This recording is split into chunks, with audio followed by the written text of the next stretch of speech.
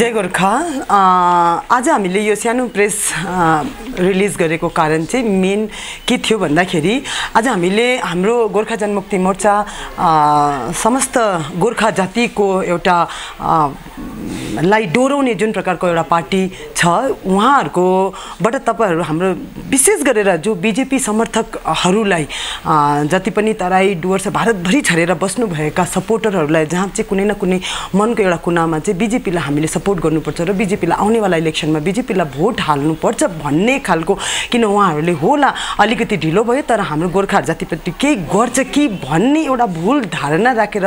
बस्नु भएका हाम्रो महानुभावहरुलाई हामी गोर्खा जनमुक्ति मोर्चाको सम्पूर्ण परिवारबाट तपाईहरुलाई निवेदन र आग्रह गर्छ र केही एउटा कुराहरु भन्न चाहन्छौं कि विशेष हेर्नुस् हामीले जुन प्रकारको हो 2017 मा जुन प्रकारको एउटा भाषा अतिक्रमण हुँदाखेरि कि हामीलाई हाम्रो भाषालाई मिस्ने काम हुँदा र भाषाको अतिक्रमण हुँदाखेरि हामीले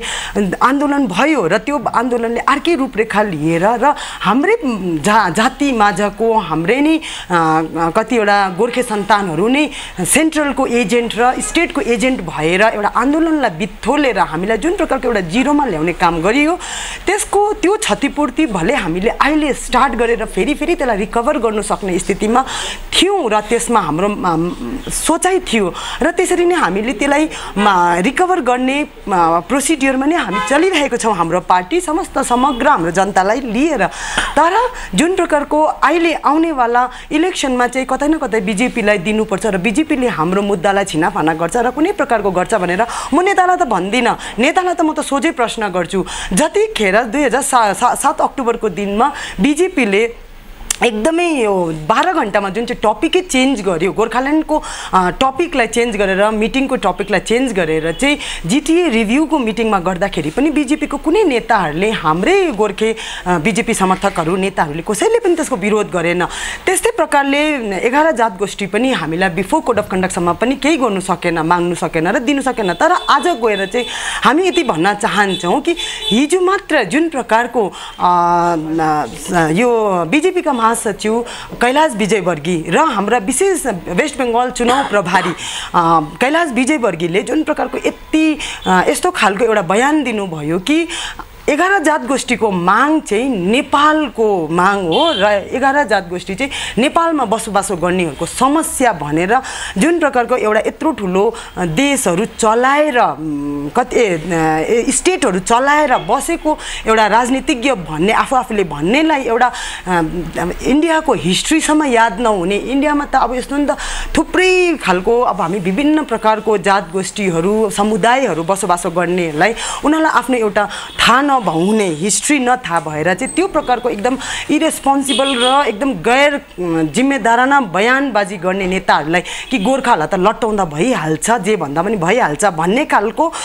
बयान दिएकोमा हामी एकदमै गोर्खा जनमुक्ति मोर्चाको तर्फबाट हाम्रो बीजेपी समर्थकहरुलाई हामी एकदमै जनताहरुलाई चाहिँ हामी निवेदन गर्न चाहन्छौं कि तपाईहरु एकदमै सतर्क हुने समय आइसकेको छ। किन उनीहरुको मनसा विचार हामीले खाली हिजो विजयवर्गीले हैन त्यसको अगाडि पनि त्रिपुराको सीएम ले जुन प्रकारको राख्यो कि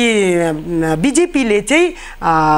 यो के भन्छ नेपालमा पनि बीजेपीले नै रुल गर्छ भन्ने खालको कुराहरु राख्नु र नेपालसित नै हामीलाई इन्डाइरेक्टली जोड्ने कुरा र यो प्रकारको विजयवर्गीले चाहिँ 11 जात गोष्ठी चाहिँ नेपालको नागरिकहरुको समस्या भन्ने खालको कुरा गर्नु र विशेष गरेर जुन चाहिँ यो बीजेपीको मेनिफेस्टो निक्ल्यो त्यो मेनिफेस्टोमा पनि बंगालको अलग्गै र नर्थ बेंगलको अलग्गै मेनिफेस्टो निकाल्यो र हामीले सेन्ट्रल लेभल सम्मको सित चाहिँ बीजेपी सित हामीले गठबन्धन गर्दाखेरि कि हामीले अलग राज्यको माग र सपोर्ट गर्ने बीजेपी भनेर हामीले एक समयमा सपोर्ट गरेको थियौं। तर आज गएर सेन्ट्रल लेभलको बीजेपी त छोड्नुहोस् स्टेट लेभलको मेनिफेस्टो सम्ममा पनि हाम्रो 11 जात गोष्ठी र गोर्खाल्यान्डको मुद्दालाई नहाल्नु भनेको चाहिँ नर्थ बेंगल सम्म नै सीमित राख्नु भनेको चाहिँ यो चाहिँ सम्पूर्ण गोर्खा जातिको चाहिँ डिमोसन भएर चाहिँ हामी अब तुरिनुको कंगारमा भएर उभिएको छौं आजको दिनमा। र यसले चाहिँ गर्दाखेरि चाहिँ हाम्रो सम्पूर्ण समर्थक बीजेपी समर्थकहरुले जसले सोचेको छ कुनै न कुनै मनको कुनामा कि बीजेपीलाई भोट हाल्नुपर्छ भन्नेलाई चाहिँ म निवेदन र आग्रह गर्छु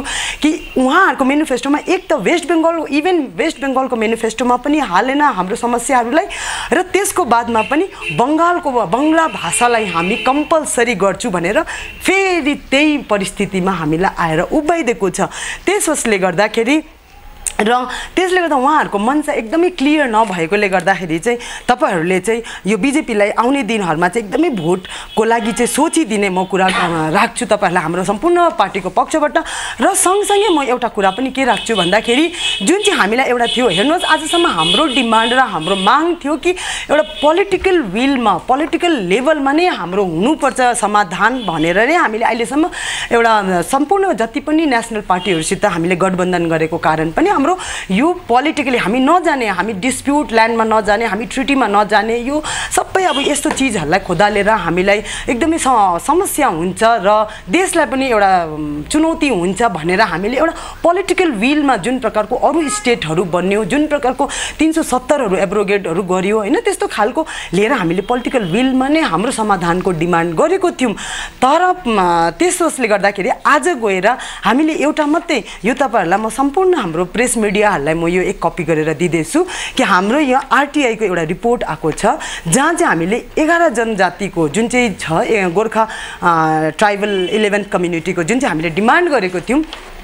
यो डिमान्डको चाहिँ स्टेटस के छ हामीले, किनकि यसमा चाहिँ हाम्रा देशका प्रधानमन्त्री नरेन्द्र मोदीज्यूले नै 11 जात गोष्ठीको नाम शुद्ध 11वटा जातलाई डिटेल्समा चाहिँ उहाँले सम्बोधन गरेर चाहिँ हामी यसको छिनाफाना गर्नेछौँ भनेर भन्नु भएर एउटा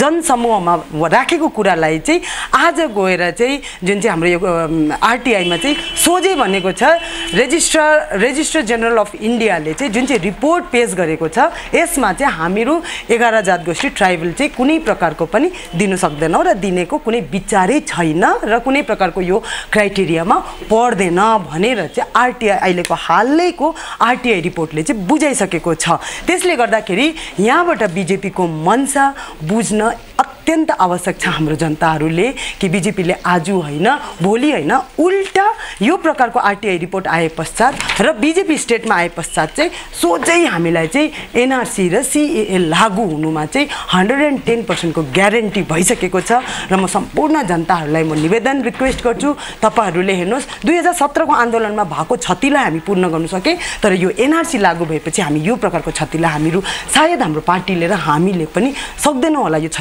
क्षतिपूर्ति गर्नुको लागि भन्दै म तपाईँहरूलाई भावनामा नडुबेर यथार्थको राजनीति र एउटा गोर्खा जाति मात्रै होइन अहिले समस्त बङ्गालभरि छरिएर विभिन्न जात गोष्ठीहरू त्यो माइनोरिटी भनौँ या अन्य जात गोष्ठी भनौँ, बङ्गालीहरू भनौँ, नेपालीहरू, गोर्खेहरू समस्त बङ्गालको एक हुन नितान्त आवश्यक छ भनेर यो मेसेज म दिन चाहँदै मेरो भनाइलाई यही नै टुङ्गाउँदछु। धन्यवाद।